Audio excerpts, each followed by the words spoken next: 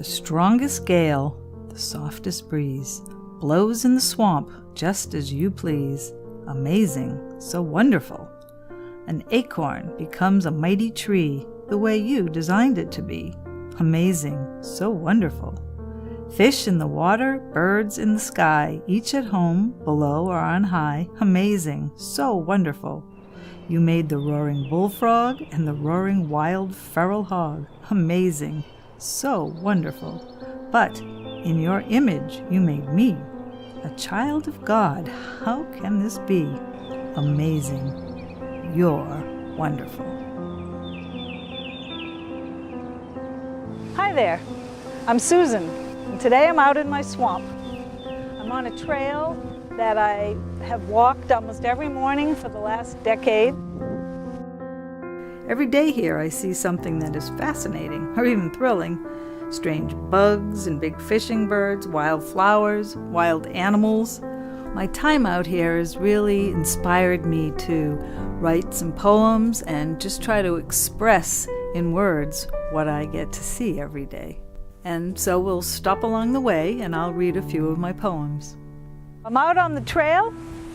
This trail it was built on top of an old levee on a rice plantation that was built a couple hundred years ago. There are hand-dug canals and creeks on both sides. It's a beautiful area, but it is now reverted back to swampland, and it's a great place to see alligators and snakes and all kinds of wildlife and plants out here in different seasons. Well, this time of year is a threshold between winter and spring. Change is coming. Creation is about to transform. Right now, the landscape is muted, but soon there'll be leaves on the trees and the sawgrass will turn green. We know spring is coming. God promised Noah that seed time and harvest would never cease, so we just wait expectantly. I never know when exactly spring is coming. One day it might be cool and breezy and cloudy. The next day, like today, it's almost 70 degrees, almost closer to 80 degrees, warm, sunny. So we'll just continue to walk along the trail and see what signs of spring we can find. Here's a sign of spring. These are yellow jasmine flowers. They're a vine, and sometimes they grow really high in the top of trees. This one happens to be close to the ground, so we can get a good look at it. They're beautiful, and they smell really nice too. So this is one of the first flowers that bloom in the spring here in the swamp. There's some aquatic flowers that are starting to bloom too, just beginning. And in the next month there's going to be just color everywhere.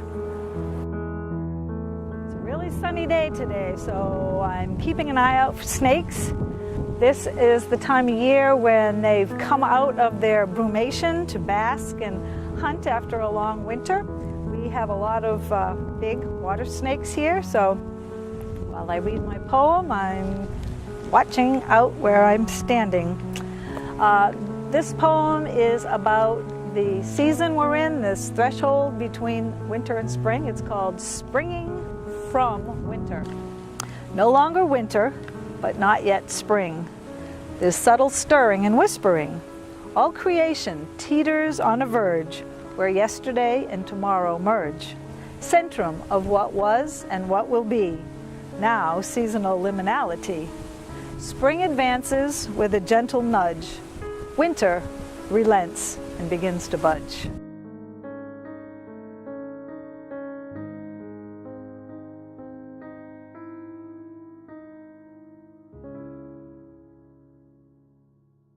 Well, here we are on top of a bird observation deck, looking out on a prairie of sawgrass. It's not really a grass, but it's a sedge. And it can grow up to 10 feet tall. The ducks and the geese will eat the seeds. Fishing birds will come at low tide and fish for crabs or small little fish. The red-winged blackbirds make nests inside the grass. And at low tide, you can see alligators and big pond slider turtles basking on the bank. I love to just stand here and watch the wind blow, and I've really come to enjoy the subtle beauty of it all. And I've been inspired from up here to write a few poems about this season of the year.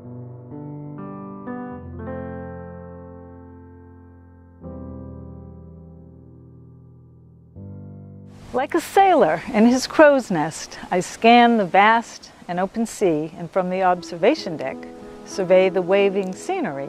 A sea of grass waving in the wind, amber masts with rusty crowns, tall spikes reaching toward the sky, dressed not in summer greens, but winter browns.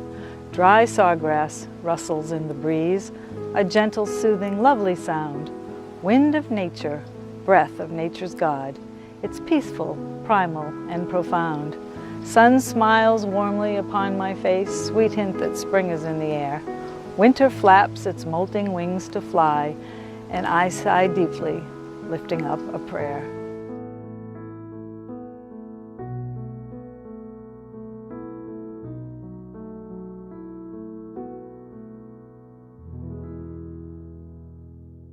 If I could paint a vivid word picture, capture the wonder and movement of the wind, that would be my favorite swamp story. I thrill at the acres of tall golden stalks, prairie land of sawgrass waving and swaying, dancing before God, declaring His glory. Love the outstretched branches of the cypress trees hanging heavy with silver Spanish mosses, which soar and fall in a marvelous display. Pine needles blurring, quivering in the breeze, palms flapping, fluttering, tall live oaks bowing, ferns and small flowers nodding as if to pray. I linger as I search the muted landscape, though no bird is flying, no critter crawling. I delight to stand still and watch the wind blow. The living greenery of God's creation only moves by the force and whim of the wind, just as we move by the Holy Spirit's flow.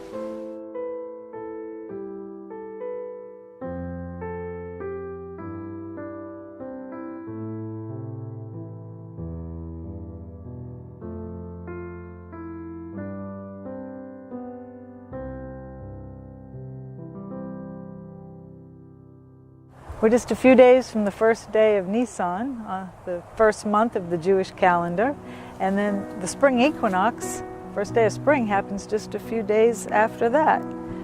Here's another early blooming flower. Here we are in my backyard. We live on a tidal creek, and there are lots of alligators swimming in the creek. Sometimes they come right up on the lawn to bask in the sun. Here is one of my poems inspired by the alligators. It's called Here Be Dragons. Don't mean to be braggin', but there lives a dragon outside of my very own door. He's been there all season, and I know the reason. The winter he wants to ignore. For he is cold-blooded, and my creek is studded with spots for his cold weather lair. But now bees are humming, which means spring is coming, and he's fed up with solitaire. His roars I'll be hearing, and they'll sound endearing to the one he wants to attract. But to win his sweet prize, he must first terrorize his rivals in vicious attack. When the fighting is done and the courting's begun, Mrs. Dragon will lay her eggs. She will work hard to fix her immense nest of sticks and will guard it from hungry the eggs. 60 days she will wait, patiently incubate, then 40 babies she will birth. In a safe atmosphere they'll grow a foot a year and greatly multiply their girth. They like to hunt at night, wait for the right size bite, snake, mouse, rabbit, bird, or otter. And often in the day, if they spot favored prey, they'll stalk their quarry in water. Sweeping tail, masterful, jaws and claws, powerful, not any real competitors. Tiny brains, zero fears, can live for 50 years, have only human predators. Largest U.S. reptile besides the crocodile, primordial living treasure, and like their ancient kin, this huge Leviathan was made for God's good pleasure.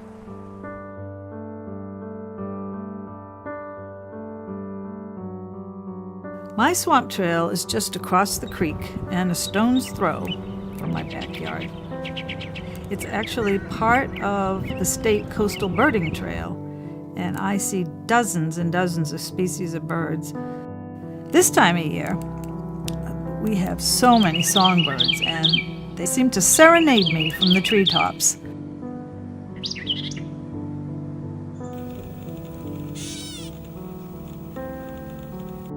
And I love the woodpeckers because they add the percussion part of the orchestra.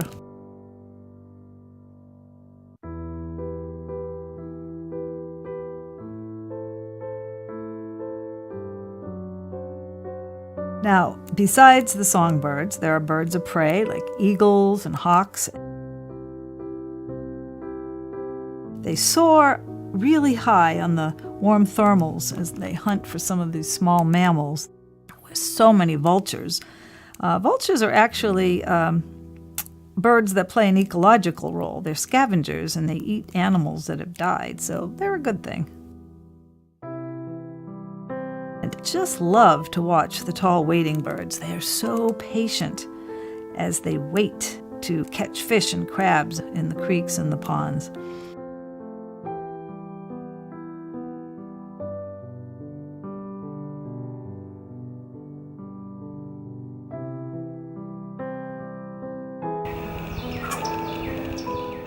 And then we have large swimming birds like anhingas and cormorants that dive and chase fish underwater, and then they have to surface to eat their large catch and then go bask in the sun to dry out their wings.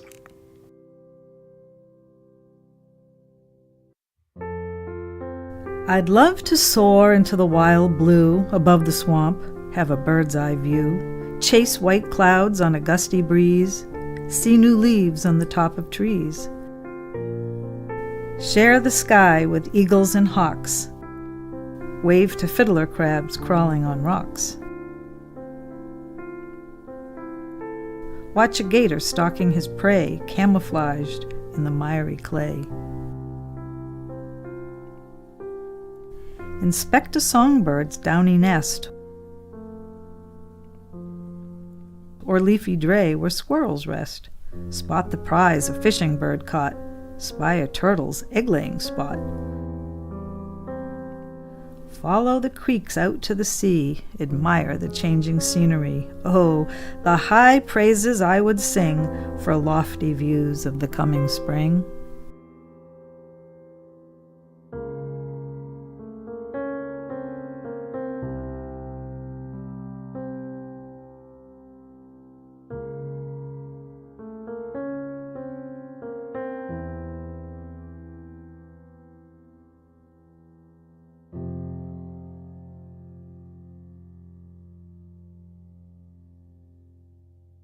God made the armadillo, as funny as can be. With those beady little eyes, however does he see? Balances with long, strong tail to stand on short hind legs, to sniff out lizards, worms, and snakes, toads, termites, turtle eggs. His pig-like nose helps to forage for fruits and grass and plants. Long, sharp claws help him to dig insects, grubs, and fire ants. Belly soft with some sparse hairs, his back has plates of bone, overlapping armor, hard and heavy like a stone.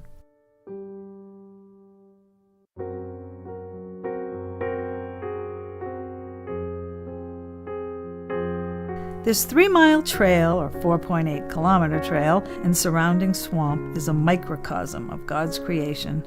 Here, the animal kingdom is represented with fish and frogs, snakes, lizards, and alligators, birds, butterflies, and bunnies. I've photographed over 100 species of mushrooms, as well as dozens of aquatic plants and wildflowers. The beauty of nature is, in part, a reflection of the Creator's glory. Our experience with His creation is so profound that it's hard to fully convey its mystery. But this place really inspires me to try to capture in poetic words what I am so blessed to see.